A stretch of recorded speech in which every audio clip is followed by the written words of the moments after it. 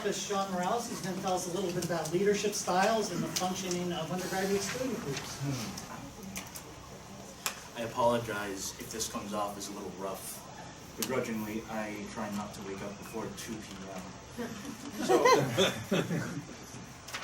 first off, I'd like to thank Professor McLean, Professor Smith, and the rest of the students within the program for providing a seemingly endless sum of constructive criticism without which this project would not be possible.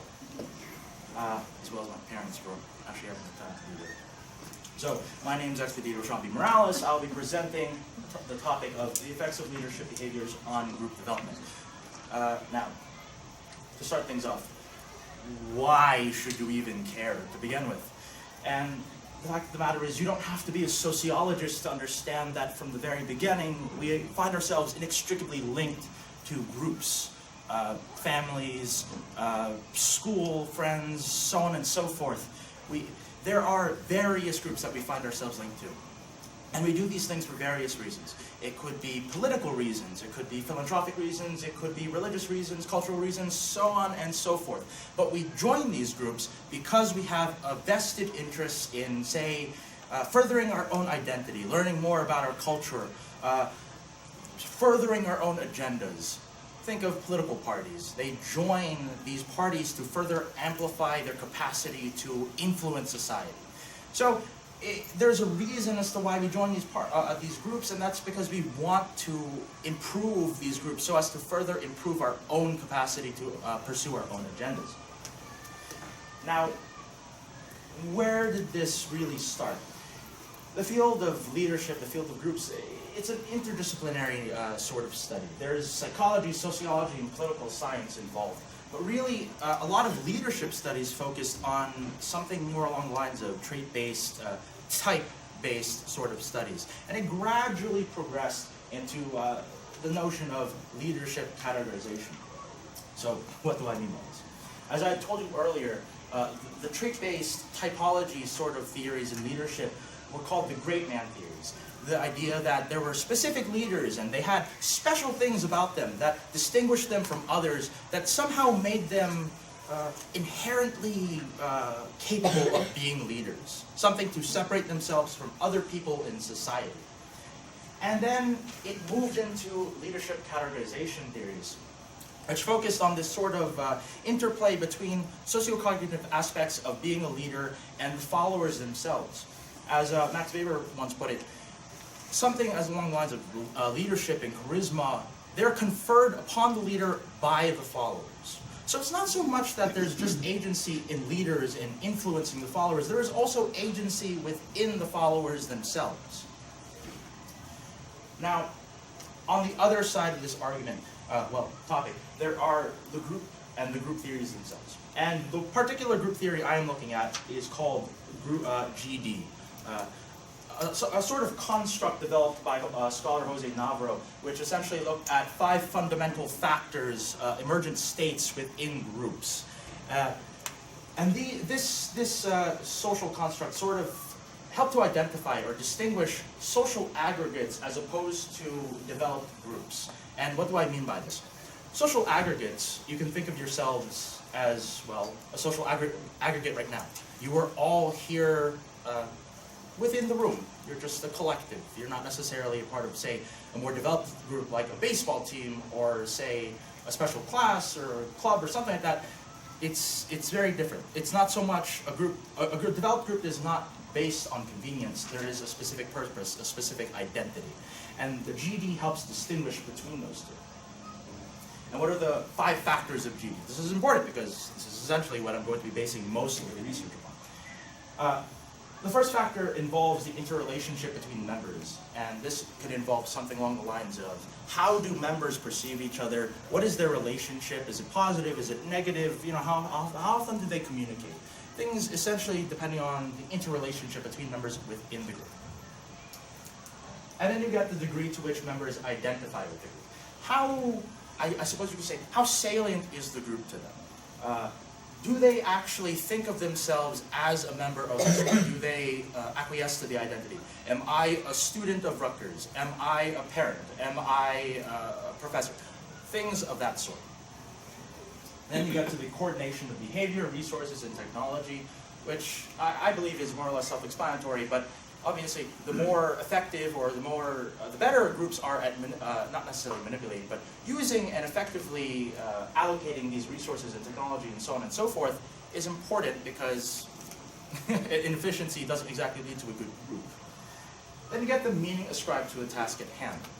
And by this I mean, how do members of the group perceive particular goals within the group? What is their definition of the group's overall task? And then you get the level to which members are willing to achieve those group goals. What lengths are they willing to go to actually sacrifice and help the group achieve these particular goals? So now you know the leadership theories, and now you know the group theories. How do they come together? Well, there are various other theories that kind of tie into these theories and put them together. The first is the implicit leadership theory developed by Gordon. This theory essentially states that followers have a particular socio-cognitive definition, a prototype of leaders, if you will, that determines whether or not someone within a group essentially becomes a leader. If I think that a leader is someone who should be brave, not necessarily loud, but willing to be aggressive about carrying out his or her policies, that is my definition of a leader. And if the leader in my group happens to fit that characterization, then that person will be the leader. Then you get the self-categorization theory. And this is a different theory, more so involving what the follower thinks of the overall identity of the group, and what that entails with regards to influencing their way of thinking about the group, about the leader, about themselves. Self-stereotyping, if you will. For example, as a member of a fraternity, I believe that I should be wearing aviators, Sperry's, and a seemingly nice jacket.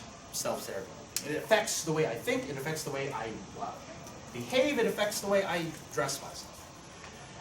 And then there's the lay theory, or leaders as entrepreneurs of identity.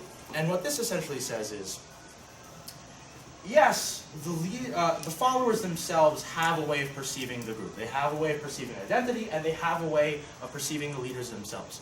But the leaders can also have a sort of influencing factor, a hand in the group, if you will.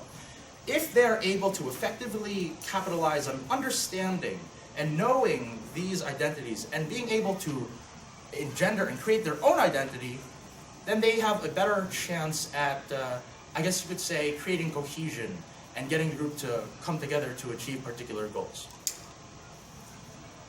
So now we go to the actual aims of the study.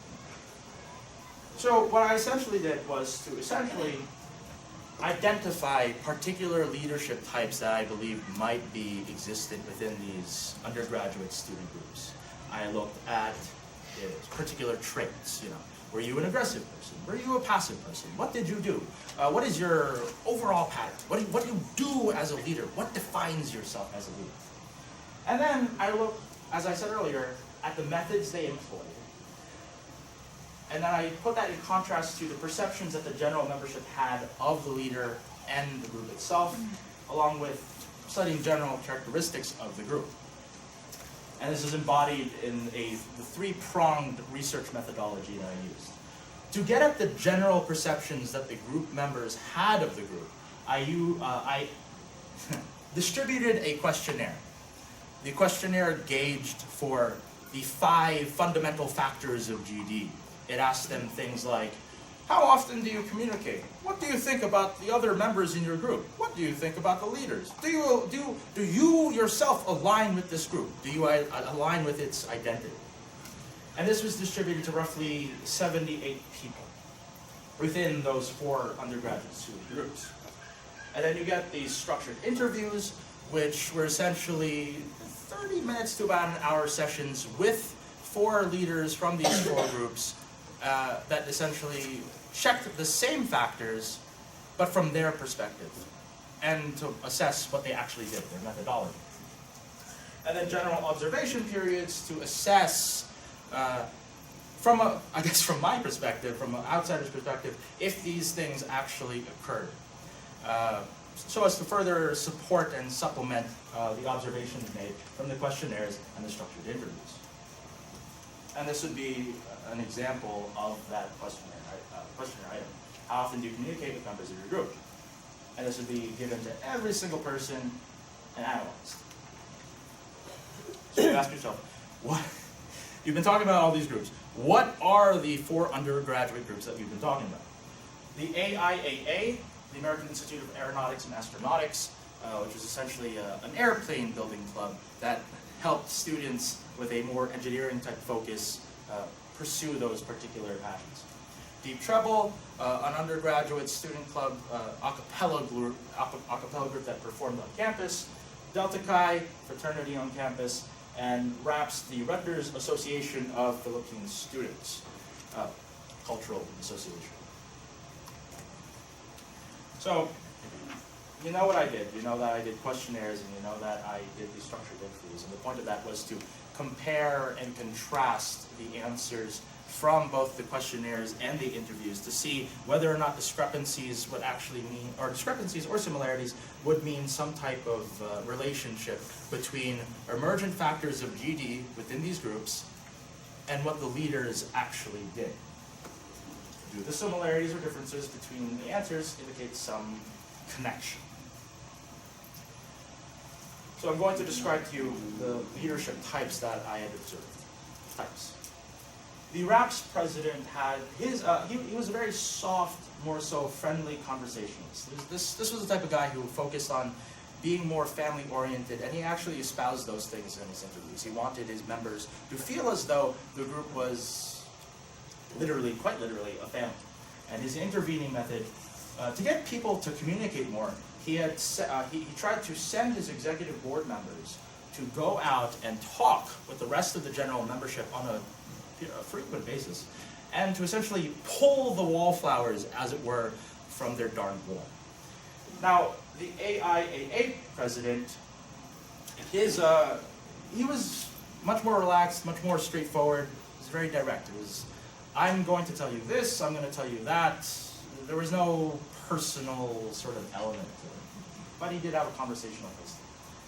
And his intervening method was to essentially, to get people to communicate more, he created more opportunities for them to communicate, or to, I guess, interact with each other.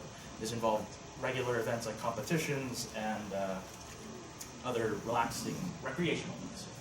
Delta Chi vice president, similar in the sense that they both had a more direct sort of feel to them. Once again, not very personal, not very hands-on. His intervening method was to essentially create more forums, open dialogues for members of the fraternity to communicate within their various activities.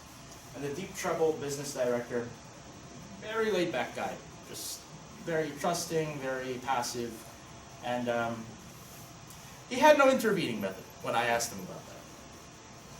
So, now you know what the leaders are. I'm going to show you the actual results from the questionnaires and consequently the GD factors that I observed. This is the column that relates to how less members within the groups, 4 undergraduate groups, communicate. And what I want you to pay attention to here is the DT group had about 22%, 22.2% of their group communicating a little less. And the RAPS group had about 33%. Now, why does it matter? If you remember, I told you that the RAPS president had a type of intervening method. He had a very hands-on, sort of friendly conversational pace to it. The DT guy was very laid back. He never really made he had no intervening method to get members to communicate. And yet, they have the same levels of communication in this regard. So you wonder, does it mean that the leaders actually have any type of influencing aspect if they come out with the same results? Another factor in GD, do members' goals align with the group's goals? The aligning column AIAA, this group had a 76.9%. In other words, a good chunk of the people sampled within their group had their goals align with the group. And then these are people who said, sometimes align, I don't always align with the group, but sometimes I do. And you get here within RAPS, 76.2%. Now, why do I find this interesting to begin with? The AIAA person, as I told you earlier, he had an intervening method, but it didn't essentially tap into this cultural aspect. He didn't tap into an identity. Whereas the RAPS president did. He focused on getting people to accept their cultural identity as Filipinos and to get them to accept particular norms and practices associated with that identity. And yet, you get these completely opposite results that I expect were not possible. AIAA had a higher number of people accept the goals, and yet the RAPS president, whose methodologies, who we would think would produce more people who would accept those goals, had a vastly lower result. Now, what does this all say then? Do leaders really have a sort of influence on the groups themselves, or these factors of GD? And I would still posit a yes or no. Perhaps it is the case that because we get these variations that don't really show support for the idea that the leaders have some type of influence on these GD factors, it's not so the case that the leaders have this absolute hold over the groups, and that, apologies. Allow me 1 second to bring this back up. It's not so the case that the leaders have this absolute power over the group, but more so the fact that, I guess I'll just tell you the rest. More so the fact that there are other interdependent factors within GD that influences the other emergent factors. And it's not just the leaders themselves doing, I guess you could say, advancing these factors. So, what does this mean? It's not so the case that the leaders themselves do things to make members communicate more, but maybe the fact that members of the group come in with similar backgrounds, or they already have this inherent idea that they're going to align with the group that influences whether or not they communicate more. There's also the case to note that it could be the composition of the groups and the nature of the groups themselves that define whether or not these emergent factors of GD are high or low, and not so much what the leaders actually do. Because while the Airplane Club did not communicate as much, a lot more people aligned with the actual goal of the club. And when I looked at the composition of their various backgrounds, such as their majors, their leanings, they were all engineers. And it makes sense that as engineers, as people who pursue this as an actual career goal, that they would align with the group's actual, overall arching goal. Whereas the RAPS people, while they do share the same identity, they do share the same cultural regards, they had so many varying interests that defined whether or not they would align with the group's goals. In fact, the president himself said, yeah, I understand that we're like a family, but, the club comes second and school comes first. Says a lot. So, that's essentially what I found. If any of you guys have any questions, I'd be more than glad to field them at this moment.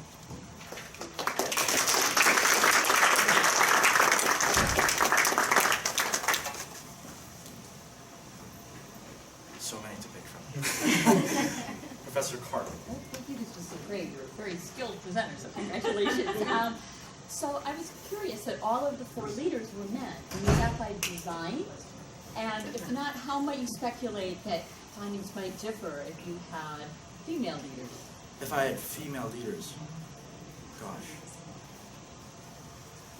Quite honestly, I'm not inclined to think that gender differences might be as influencing with regards to whether or not someone's an effective or not effective leader. I think so. It's more so the nature of the club that they find themselves in that demands different aspects of traits within these leaders. I guess in a nutshell what I'm saying is I don't think the gender necessarily matters. So I don't think it would have created such a vast difference. Unless, of course, unless the nature of the club where it was essentially about that particular, realm.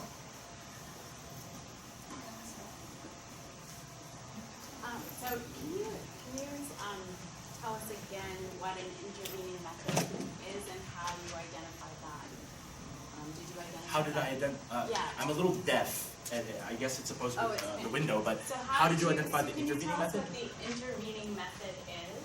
Yes. And how did you identify that? Did you identify it from the survey, from your interviews, or from your observations, or all of them? Yes.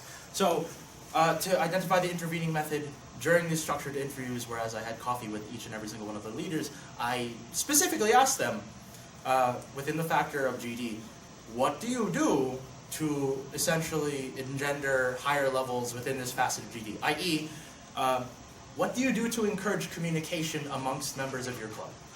And they would just describe their answer, and I'd jot it down, paraphrase it, and that was more or less it. Any other particular questions? Well, Debbie stole my sorry. So that's okay. I came up with a different one. So thinking along a similar question that I asked, Sarah, how might you take this outside of the university, right? And do you think that the fact that your sample was all within the university might have limited what you could find? And in particular, could you use this same sort of strategy in looking at different issues that affect us outside of the university? I just realized these are not my glasses, but I didn't hold them.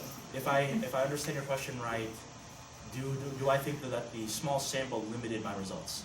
Oh yes. Well, oh yes. no, most not definitely. exactly. Like, you would assume that because you did this just within the university, that it would limit what you did. But then how could you take it and maybe apply it outside of the university? That's As in, what would I do to my study so as to make it applicable to a population outside of the university?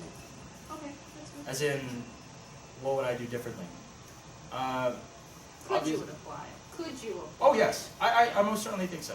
In fact, I think that the fact that I didn't get as much variation as I'd hoped for stems from the fact that a lot of the results, all of the results, come from undergraduate student groups. Do I think that these factors, that these theories can apply to groups outside of the university? Almost definitely.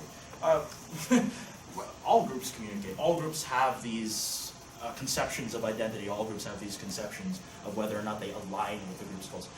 So do I think it's applicable? Yes. Would I, how would I apply it to a vast population? Well, for one thing, I'd definitely increase my sample size. I'd definitely increase the, I would change some of the questions that I had posited, because some of the questions were attuned to more so the fact that these were small undergraduate student groups. I would more so gauge for a different type of question in the sense that I would look specifically at what the leaders did and check to see whether or not followers had an agreement or concordance with what these leaders did, so as to check for the, I don't know if you recall the LEI, Leaders as Entrepreneurs Identity. Did leaders do something that the followers accepted and went along with? Yeah, I hope that answered your question, although it was a little convoluted in some ways. So it sounds to me like your conclusion is that good leadership depends on the relationship between the leaders and the led. So what is it that makes such great leaders as Barack Obama and Vladimir Putin and the best leader of all, Donald Trump? This is a Donald Trump shirt. So But what is your... Well, you know, they're very disparate sorts of people. What does your theory have to say about their leadership relationships with the led? If you want my personal notions on it. You're the guy on the hot seat. I'm a dual major in political science, and a similar theory that I found in political science, while not necessarily having a fancy schmancy title, essentially postulated that it's not necessarily the fact that the president has inherent traits that engender these particular policy actions. It's more so the case that party politics within Congress affect and have a stronger influence on the direction that the president or leader takes. So it's a lot more of a contextual idea. It's the relationship the president has with Congress and this interdependency amongst each other. So do I think that these very strong polarizing personalities lead to absolute outcomes? Probably not. Thanks, Sean.